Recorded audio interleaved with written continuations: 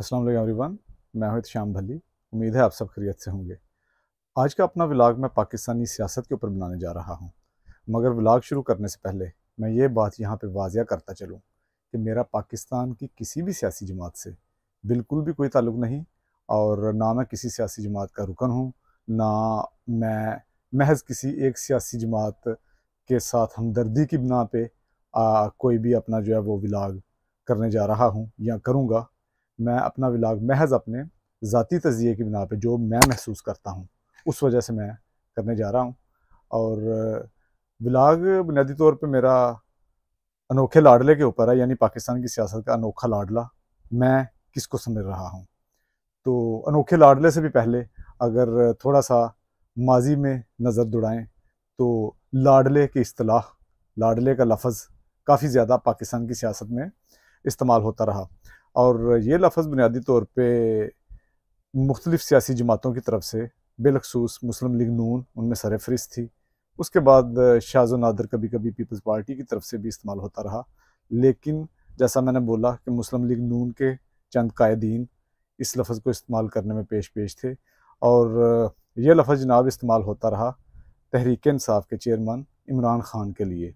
यानी जब भी उनको किसी भी अदारे से, किसी भी अदालत से किसी किस्म का कोई रिलीफ मिलता तो शोर मच जाता कि लाडला है इसलिए उसको रिलीफ दिया जा रहा है, लाडला है इसलिए उसके लिए ऐसा किया जा रहा है, लाडला है इसलिए उसके लिए वैसा किया जा रहा है, वगैरह वगैरह। तो वो तो लाडला था बकौल उनके उन जमातों के या उन कायदीन के जो ये बोलते थे। लेकिन अब अनोखा लाडला पाकिस्तानी सियासत का कौन है, जो कि लाडले से भी शायद एक कदम आगे की इस्तिलाह है जो मैं इस्तेमाल कर रहा हूँ। तो अनोखा लाडला जनाब आप में से अक्सर लोग समझ जाएंगे उनका नाम लेने से पहले, जब मैं थोड़ी सी उनकी तफसील बयान करूँगा। तो अनोखा लाडला मैं उन मसूफ़ को कह रहा हूँ जो कि पाकिस्तान की अदालतों से सज़ा याफ्ता होने के बाद तिब्बी मुआयने के लिए अपनी इलाज की गर्ज से बैरून मुल्क यानी बरतानिया गए, और वहाँ जाके 4 साल की खुद साख्ता जला वतनी काटने के बाद अभी हाल ही में वतन वापस पाकिस्तान वापस तशरीफ़ लाए हैं। और पाकिस्तान वो चार्टर्ड त्यारे पे आए अपने पार्टी कारकुनों के साथ, और एयरपोर्ट पर उतरने के बाद उनके इस्तकबाल के लिए वहाँ पे पाकिस्तान के अदालती अमले की टीम मौजूद थी। लेकिन यहाँ पे किसी गलतफहमी में मुब्तला होने की ज़रूरत नहीं है। वो अदालती अमला उनको गिरफ़्तार करने नहीं आया था, वो बल्कि उनसे एयरपोर्ट पे उनकी खिदमत में पेश हुआ था कि जनाब हम आपके लिए यहाँ पे हाज़िर हुए हैं और हमें आप अपने बायोमेट्रिक्स दे दें। ठीक है। अच्छा, उसके बाद फिर देखा गया कि ये जब लाहौर में एक जलसा होता है नून लीग का, वहाँ पे ये जाते हैं, और जाके वहाँ पे इनकी तकरीर थी, और लाहौर के जो सीसीपीओ हैं कमियाना साहब वो इनको सल्यूट करते हैं। ये भी खबर काफ़ी जो है वो रही, ये भी खबर काफ़ी जो है वो सरगर्म रही। और अच्छा, उनका सल्यूट जो कमियाना साहब का, उस पे भी मैं थोड़ी सी साथ ही बात करता चलूँ। मुझे समझ नहीं आ रही कि सल्यूट उन्होंने किस मद में किया था।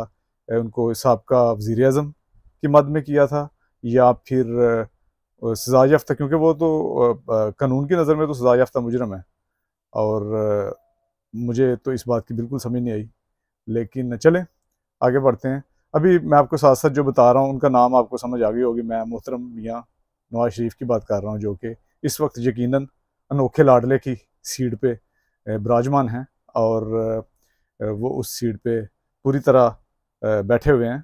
और अच्छा, उसके बाद उस जलसे के बाद अभी हाल ही में वो साथ साथ लोगों से मिल रहे हैं, मीटिंग्स उनकी चल रही हैं, उनकी ज़मानत जो है उसमें भी तोसीह हो गई। उसके बाद नैब ने जो बुनियादी तौर पे जिनकी तरफ से ये केसेस होते हैं, उन्होंने कहा जी हमें बिल्कुल किसी किस्म का कोई इनसे इन इन इन पे हमें कोई इतराज़ नहीं है किसी किस्म का, और हम मज़ीद कोई कार्रवाई नहीं करना चाहते। ठीक।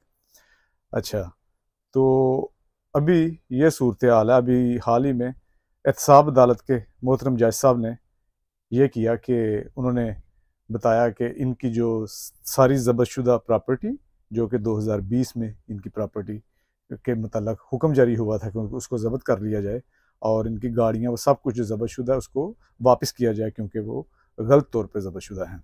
ठीक है जी।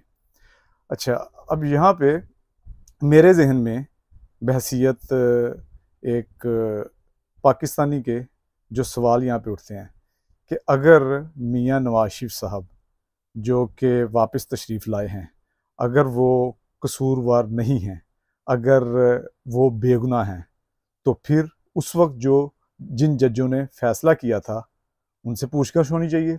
उनको कौम के सामने इस बात की तफसील रखनी चाहिए कि उन्होंने इनको क्यों बेगुनाह करार दिया, और सॉरी माजरत के साथ, इनको क्यों गुनाहगार करार दिया और क्यों सज़ा दी, और वो जो सबूत हैं उनका भी पता लगना चाहिए। और अगर वो ठीक थे, वो सच्चे थे, उन्होंने इनको जिसमें सज़ा दी जिस केस में, तो फिर अभी इनको क्यों आहिस्ता आहिस्ता करके अनोखे लाडले वाली सहूलियात मुहैया की जा रही हैं, और क्यों जो है वो बाकी लोगों के साथ, अवाम के साथ मजाक किया जा रहा है। मजाक इस मद में, क्या यही सहूलियात किसी आम शख्स को भी मिलेंगी? अगर कोई शख्स मिसाल के तौर पे कोई भी जुर्म करता है और वो पाकिस्तान से किसी भी तरीका से बैरून मुल्क चला जाता है, तो क्या उसको भी इसी तरह वापस आने की सहूलत है? और उसके भी आके जो सज़ा है वो आहिस्ता आहिस्ता करके वो ख़त्म हो जाएगी, या उसको बोलेंगे कि ये गलत सज़ा थी। और उसके अलावा क्या यही सूरत हाल दोबारा मुस्तकबिल में इमरान खान के साथ भी होने का इम्कान है?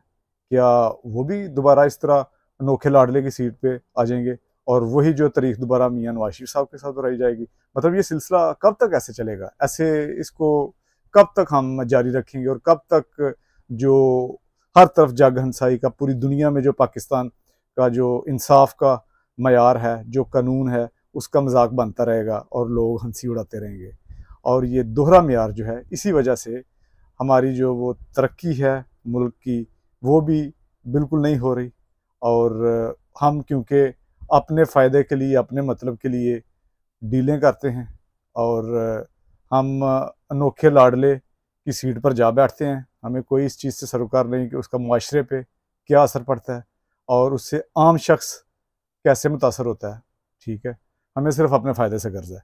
और इस चीज़ में जो लोग मुलव्वस हैं, जो अदारे या जो शख्स, वो भी साथ बराबर के कसूरवार हैं। उनको भी चाहिए कि खुदा के लिए मुआशरे पे, लोगों पे कुछ रहम करें, तरस खाएं, और एक मयार जो है उसको कायम रहने दें।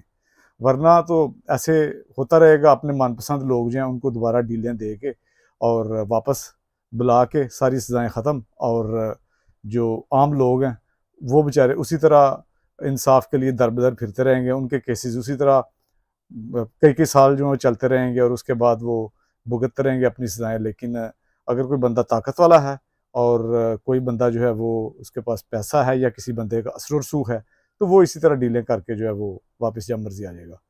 यहाँ पे मैं एक दफ़ा फिर बताता चलूँ कि मेरा हरगिज़ भी मियाँ नवाज शरीफ साहब के साथ, नून लीग के साथ कोई मेरी नफ़रत नहीं है, कोई मेरी मुखालफत नहीं है। मैं सिर्फ़ इस वक्त बात कर रहा हूँ जो मैं खुद महसूस कर रहा हूँ, और जो ज़ाती तौर पे मैं समझता हूँ कि ऐसे नहीं होना चाहिए था, और थोड़ा सा जो है ना वो इस चीज़ को इनको मद्देनज़र रखना चाहिए था। और वरना अभी आगे ये इलेक्शन आ रहे हैं, और इसमें ये दें लोगों को जवाब इस चीज़ का कि क्या ये डील करके वापस आए हैं? अगर डील की है तो किसके साथ की है, और ये अनोखे लाडले की सीट पर कैसे आ बैठे? ठीक है। और इसके साथ साथ जो है वो सब कुछ भुगतना पड़ेगा इनको। और मेरा यकीनन इस बात का बिल्कुल इस बात से जो मैं कर रहा हूँ उस बात का कोई भी ताल्लुक नहीं है कि मियाँ नवाज शरीफ साहब के दौर में जो पहले अगर तरक्की हुई थी, नहीं हुई थी, या उनकी सज़ा गलत थी या ठीक थी। इस बात पे मेरी बहस नहीं है। मैं ये बात नहीं, मैं सिर्फ इसी बात पे मेरा फोकस है, सिर्फ इसी बात पे मेरा जो है वो यहाँ पे बुनियादी तौर पे मेरा जोर है कि जो अनोखे लाडले की सीट पे ये आके बैठ गए हैं, और जो इस तरह अचानक अपना सारा बीमारी भी ख़त्म हो गई और सब कुछ ख़त्म हो गया, और उसके बाद इनकी खिदमत में सारा अमला पहुंच रहा है, इनको सल्यूट किए जा रहे हैं, और उसके बाद मीटिंगें चल रही हैं। और जबकि बुनियादी तौर पर ये सज़ा याफ्ता पाकिस्तान की अदालत से एक मुजरम थे, जब ये बाहर गए हैं बैरून मुल्क, और इनको इश्तिहारी करार दिया गया था। और खुदा के लिए रहम करें इस कौम पे, इस मुल्क पे, जो भी अरबाब इख्तियार हैं, जो भी ये फ़ैसले नाफज करने की ताकत रखते हैं, और ताकि पाकिस्तान जो है वो दोहरे इंसाफ, दोहरे मेयार और दोहरे इंसाफ का जो निज़ाम है उससे बच सके, और जो आम बंदा है उस तक भी इंसाफ की रसाई उसी तरह पहुंच सके जैसे किसी ताकतवर तक पहुंचती है। तो यही चंद बातें थी जो मैं आज करना चाह रहा था आज के व्लॉग में। और इंशाल्लाह अगले व्लॉग में मैं फिर किसी वक्त जो तहरीक इंसाफ है उसके ऊपर भी ज़रूर बात करूँगा कि तहरीक इंसाफ जो इस मुकाम तक पहुँची है उसमें जो चेयरमैन साहब हैं इमरान खान साहब, उनका क्या किरदार है और उन्होंने क्या गलतियाँ की, और अगर वो दोबारा आए तो वो अपनी गलतियों को उनको सुधारना चाहिए या नहीं सुधारना चाहिए, या कैसे वो कर सकते हैं उसको ठीक। तो अगले व्लॉग में फिर किसी अगले व्लॉग में इंशाल्लाह इस मौजू पे बात करूँगा मैं। और आज के लिए इतना ही। उम्मीद है आपको मेरा आज का व्लॉग पसंद आएगा। अगर पसंद आए तो लाइक और सब्सक्राइब कीजिएगा। इंशाल्लाह फिर किसी अगले व्लॉग में किसी और मौजू पर बात होगी। तब तक के लिए इजाज़त दीजिए। अल्लाह हाफिज़।